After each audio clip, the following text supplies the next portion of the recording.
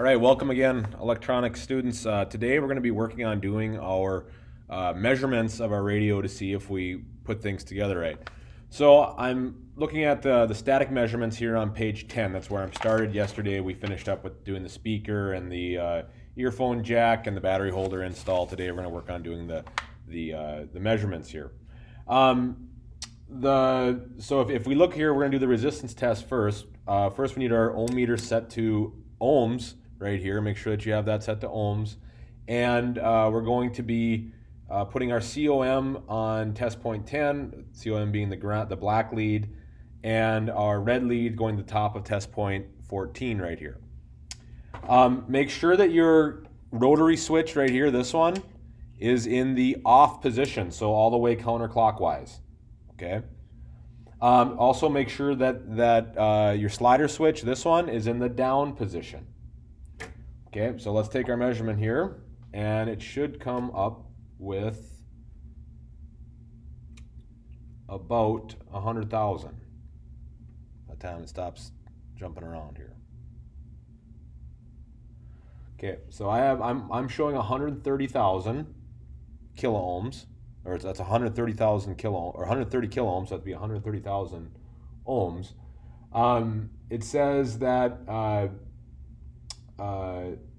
if you get a reading higher than 150K, so as long as we're under between 100,000 and 150K, we're okay. So that means that my reading is good here. All right. So just for my own personal records, I'm going to write down 130K right there. Okay. Next, we're going to do the power up test. Okay. A couple things with the power up test. First of all, we need to have our meter set up to measure amps. Okay, so that's something that we haven't done in quite a while. So make sure that we're on the A with the straight line because we're measuring DC amps. And then I need you to take your red lead out of the volts amps or volts ohms station here and put it in the A spot for amps. Okay.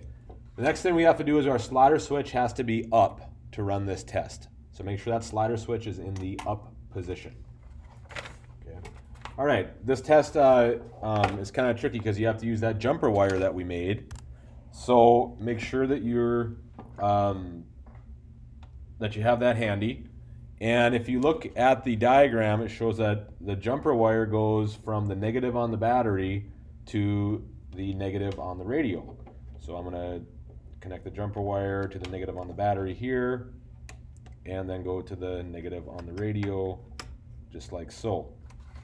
Now I'm going to click my radio on, and then I'm going to put the red lead on the battery positive and the black lead on the radio positive. Okay. All right, here we go. And I should end up with, it says between 5 and 15 milliamps, so that would be 0.005 and 0.015. So we're at 0.006, so that means that we're good. Now if my number came in crazy high right here, like 0.2 or something like that, don't keep it on there. Disconnect it immediately and disconnect the power immediately, because your amperage is way too high and you could possibly ground something and ruin the component. Okay, we'll figure out what's wrong if our amperage is too high, but that's what we're looking for. So for my own records here, once again, I'm going to write down 0.006 is what my amperage was. So we passed that test. All right, let's move on to the next test. Next test here. In a moment here, I'll get the lights to switch back on.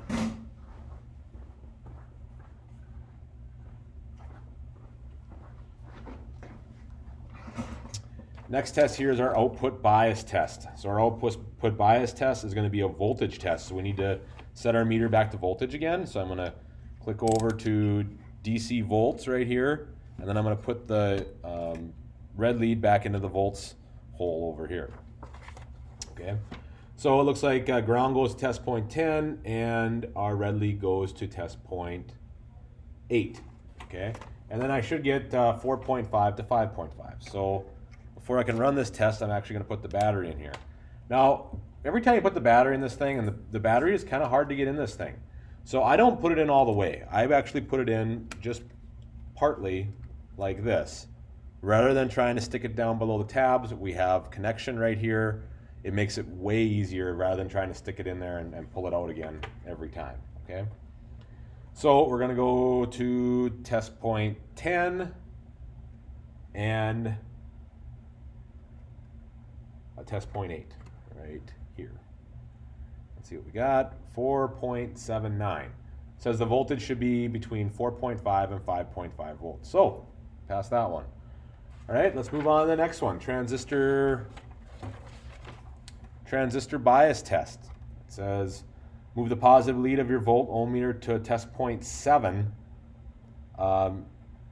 Make sure that the power is on. The voltage should be between 0.5 and 0.8 higher than the voltage at test point 8.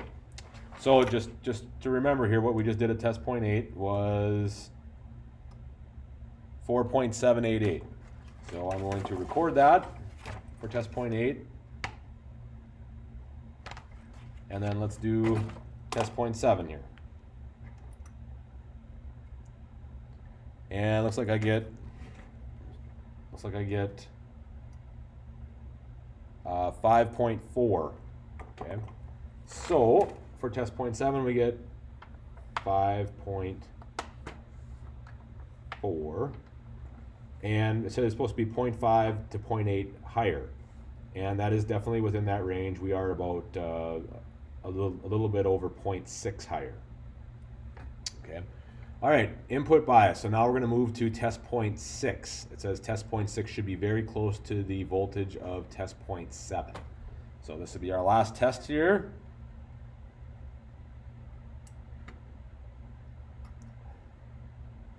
And we have 5.34. So that is very close to, I'm going to write that down on my sheet here, 5.34. All right, so it looks like I passed all of our tests. The next measurements here are the dynamic measurements. We don't have the right tools to do these measurements, so we're not going to move them to do those measurements. We're just going to move on to working on the amplifier for our next lesson here. So, all right, have a great day, everybody. Thank you.